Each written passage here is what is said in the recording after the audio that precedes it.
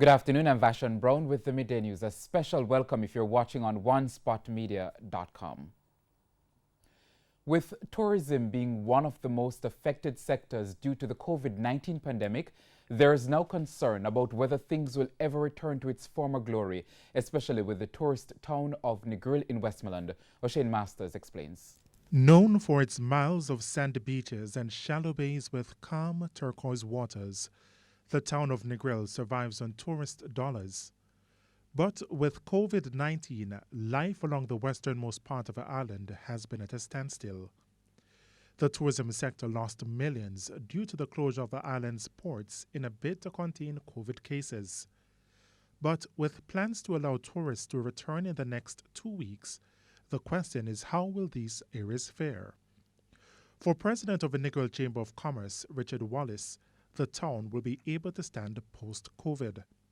He says based on surveys, tourists will be seeking beaches and smaller room properties. Both those categories, Negril is at the top of the list in those things. So we're very excited about it. As a matter of fact, we are very cautiously optimistic that, Negril will rebound and rebound in a good way, maybe better than we were before.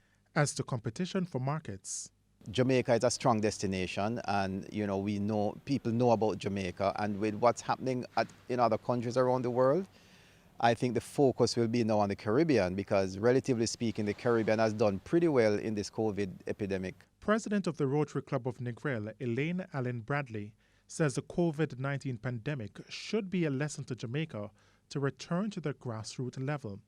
She says not much attention has been given to the smaller hotels. We need some sort of structural things, because Negril has just mushroomed out of nowhere. And we are having like large hotels, nothing against large hotels and development. And we have left the local people and the small hotels behind. Another issue for Mrs. Allen Bradley is that the guidelines that have been provided for the reopening of hotels have not trickled down to small hotels. I mean, if you don't help them to put these guidelines in place, how are they going to cope with the rules that they are setting? Some small hotels can't afford, some of them just survive from day to day, even when tourists was booming. So now they're going to find it even harder. The government should be cautious and help the smaller hotels first to get back on their feet, and they will help the economy. O'Shane Masters, TVJ News. Meanwhile, the police say they will be stepping up efforts to rid the 7-mile beach stretch of criminals.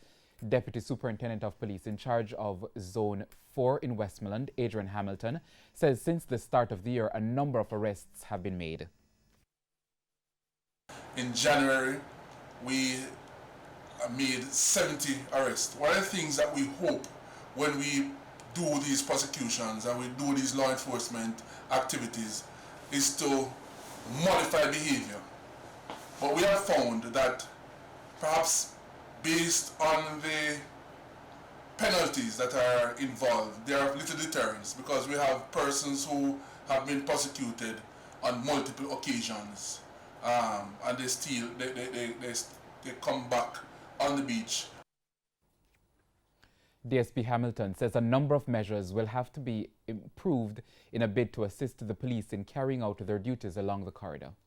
The geographical layout of the space itself, we look at, for example, the lack of electronic surveillance on the beach that has been discussed at many stakeholder meetings, the complicity of some employees that are working at business entities along the beach. One thing that I can reassure all the stakeholders is that we will continue the effort to combat the issues that we are faced with on the beach itself and everywhere else in Negril. Come Monday, June 8th, the island's courts will resume operation. However, reopening comes with restrictions on members of the media covering court matters. Acting Director of Communication at the Court Administration Division, Khadij Fletcher, says members of the media will be required to notify the Office of the Chief Justice 48 hours prior to attending court matters. She was speaking this morning on TVJ's Smile Jamaica program. She explains that the move is to ensure that the court is complying with physical distancing protocols. as a result of the health protocols and as a result of the restrictions that we must put in place. We want to be in a position to know how many persons will be in our courtrooms on a given day. And this is why we have put in the requirement for members of the press to indicate to the Office of the Chief Justice 48 hours before they plan to come to court to cover a matter, their interest and the court that they intend to visit. The email addresses were published for them. This will allow us to ensure that we are not in breach of the physical distancing guidelines, and where the potential is that we will be, we are in a position to make alternate arrangements. So on March 23, the court started offering reduced services to the public due to the COVID-19 pandemic. Only emergency matters and guilty pleas were accepted by the courts. Even though the courts are set to resume operation on June 8, jury trials will be suspended between June 1 and July 31. Our jury boxes, for example, do not allow for social distancing were we to have those types of trials.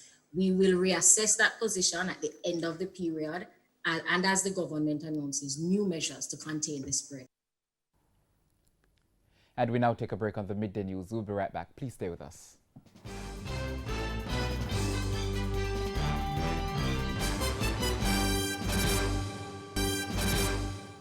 Welcome back. Continuing the news now. There's outrage over the situation which led to the death of a man who was in prison for 40 years without being tried. Noel Chambers' case was highlighted by the Independent Commission of Investigations, INDECOM, in a report published yesterday. Here's more in this report. Heads must roll. That's according to former public defender Matondo Mokulu. He says the head of the Department of Corrections must be held accountable for the situation which led to Noel Chambers being held in the penal system for 40 years without conviction and then dying there in squalid conditions. He argues that as head of the department, systems should be in place to track cases such as these and have them reported to the relevant agencies.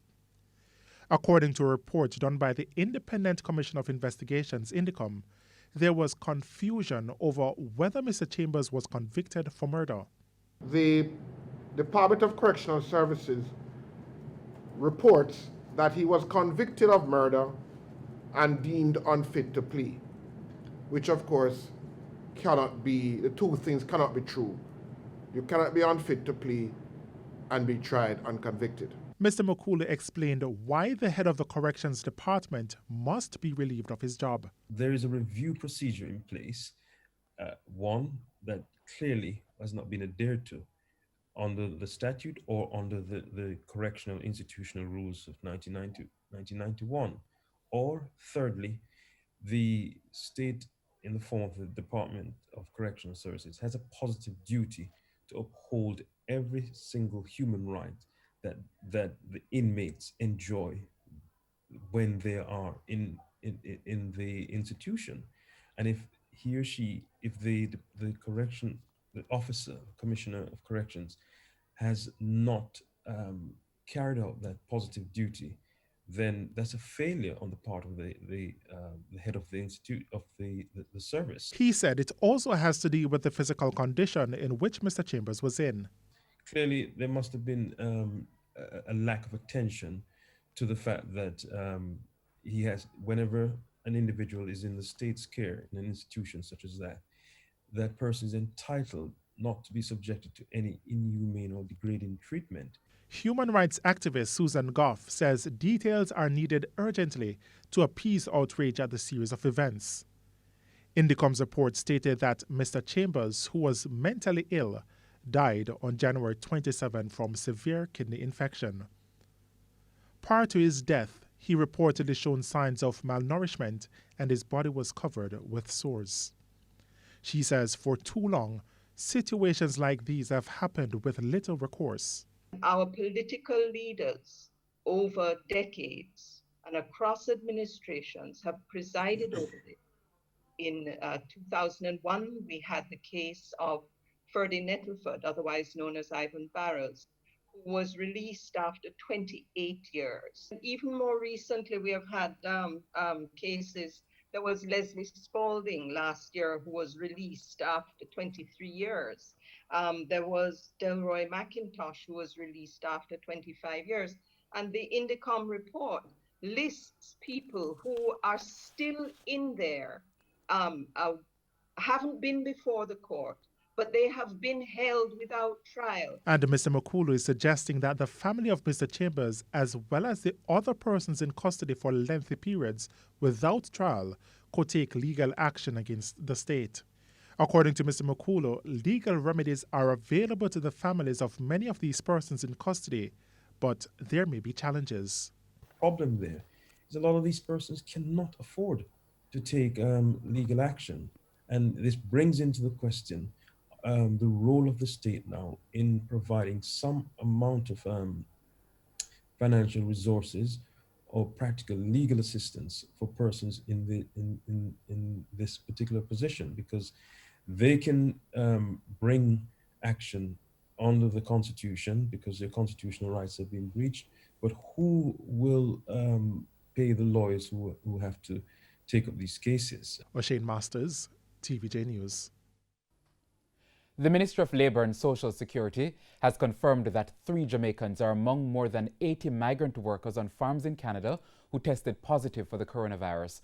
Permanent Secretary in the Ministry, Colette Roberts-Risden, says the Jamaican workers are part of the agricultural stream that allows them to remain in Canada for up to 2 years. She says checks were made or were being made to determine when the Jamaicans went to Canada. Premier of Ontario, Doug Ford, has pledged to ramp up testing for thousands of migrant workers across the Canadian province after new coronavirus cases were reported at farms.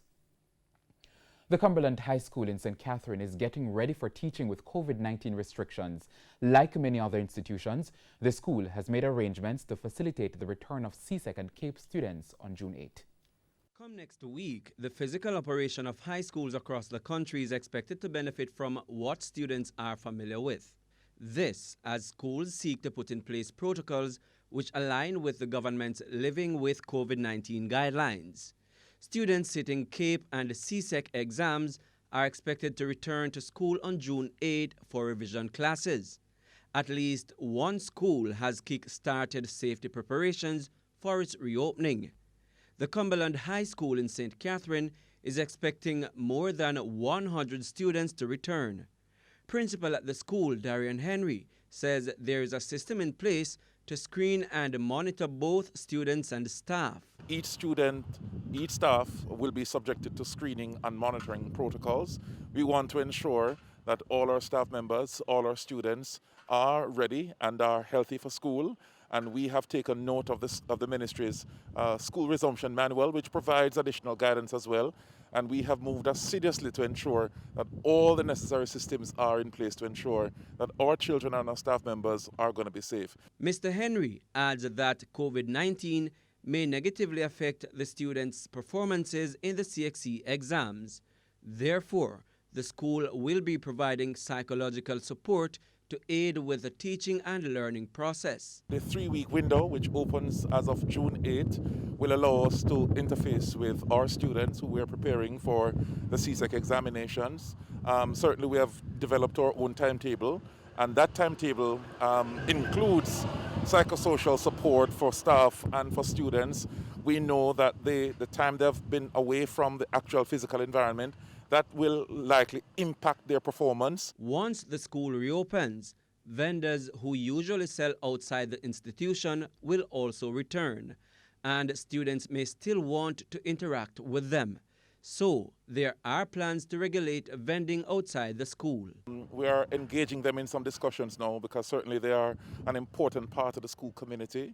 We have not taken the decision not to accommodate them, but certainly we are engaging them in those discussions, and at least by the end of the week we will know where to go. But we're not going to be blocking out our vendors because they have been crucial to us, and they will continue to be crucial in school advancement.